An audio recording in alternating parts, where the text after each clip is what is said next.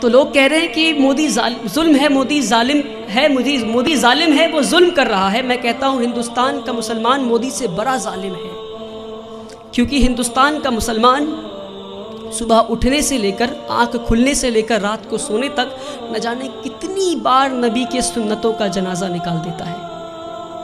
ہمارے نبی اپنے صحاباؤں کے ساتھ ایک بار گزر رہے تھے راستے سے، راستے میں انہیں ایک پتھر دکھا، نبی وہ پتھر کو پکڑتے ہیں اور راستے کے کنارے میں پھینک دیتے ہیں اور کہتے ہیں اپنے صحاباؤں سے کہ اگر تمہیں راستے میں کوئی رکاوٹ دکھے تو تم اسے ہٹا دو تاکہ تمہارے بعد جو آئے اسے پریشانی نہ ہو۔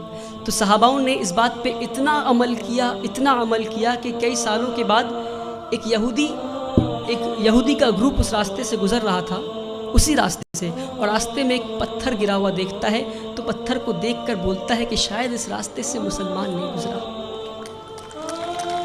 میرے بھائیوں، وہ تھا ان کا ایمان۔ اور ہم آج کہیں بھی بم پھٹتا ہے تو بولتے ہیں شاید مسلمانی ہوگا، کہیں بھی گولیاں چلتی ہیں تو کہتا ہے مسلمانی ہوگا۔ یہ نہیں کہہ رہا ہوں کہ مسلمان ہوگا، اپنے اندر جھانک کر دیکھیں کہیں اللہ کا عذاب تو نہیں آیا ہم پہ، کہیں اللہ تو ناراض نہیں ہم سے۔ میں بھٹکل کے لوگوں سے نہیں بول رہا، پر بھٹکل کے لوگوں کے ذریعے میں ہندوستان تک یہ بات پہنچانا چاہ رہا ہوں، ہندوستان کے مسلمانوں تک یہ بات پہنچانا چاہ رہا ہوں۔ ایک بار ہمارے نبی صلی اللہ علیہ وسلم راستے سے گزر رہے تھے، ایک بوڑھی عورت کو دیکھتے ہیں، وہ اپنے سامان کو لے کر کھڑی تھی، تو مزدور کا انتظار کر رہی تھی وہ۔ تو نبی کریم جاتے ہیں، کہتے ہیں اے میری ماں، میں تمہارا مزدور بن جاؤں کیا؟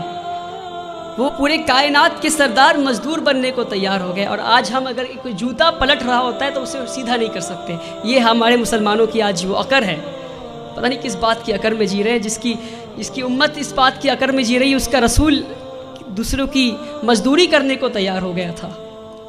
کہتے ہیں اے ماں جی، میں مزدور بن جاؤں تمہارا؟ ماں جی کہتی ٹھیک ہے، وہ بوڑھی عورت کہتی ٹھیک ہے، تو مجھے مکہ کے باہر چھوڑ دو۔ نبی کریم اس بوڑھی عورت کو مکہ کے باہر چھوڑنے جاتے ہیں، راستے میں بوڑھی عورت کہتی کوئی محمد آیا ہے، کوئی جادوگر ہے، اور گالیاں دینے لگتی محمد صلی اللہ علیہ وسلم کو۔ نبی کریم پیار سے شانتی سے مسکراتے ہوئے ان کی بات سنتے ہیں، مکہ کے باہر لے جا کر چھوڑ دیتے ہیں۔ اور جب واپس ہو رہے ہوتے ہیں تو بوڑھی عورت پوچھتی ہے ارے بیٹا، تو نے میری مزدوری کی ہے، مزدوری تو لے جا۔ کہتے نہیں رہنے دو ماں۔ تو کہتے اچھا اپنا نام تو بتا جا۔ تو کہتے میرا نام محمد ہے، وہی محمد جسے تو گالی دے رہی تھی۔ میرے پیارے بھائیوں، ہم اس نبی کی امت ہے، اس بات کو نہ بھولیں۔ ہمارے نبی سے زیادہ بڑا مثال سیکولرزم کا اس دنیا میں نہیں ہے،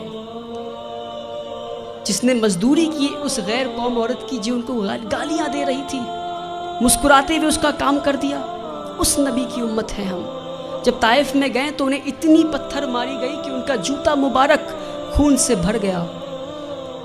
تو جبرائیل امین نیچے آتے ہیں اور کہتے ہیں کہ اے نبی، آپ کہیے تو ہم طائف ایک ویلی میں تھا، تو دو پہاڑ کے بیچ میں طائف والے لوگوں کو ہم کچل دیں گے۔ ہمارے نبی گھائل حال میں بھی پتھر کھا کے بھی کہتے ہیں میں تو یہاں رحمت کے لیے آیا ہوں۔ میرے بھائیوں، اس نبی کی امت ہے، اس بات کو ہم نہ بھولیں۔ جس دن مسلمان اپنے نبی کی سنتوں کا جنازہ نکالنا بند کر دے گا، اس دن ہماری تقدیر بدل جائے گی انشاءاللہ۔ اللہ تعالی ہندوستان اور اہل ہندوستان کے دلوں میں اسلام کے لیے عزت اور مسلمانوں کے لیے پیار بخشے۔ اللہ تعالی اس دیش میں امن اور شانتی قائم کرے۔ وآخر الدعوانا والحمدللہ۔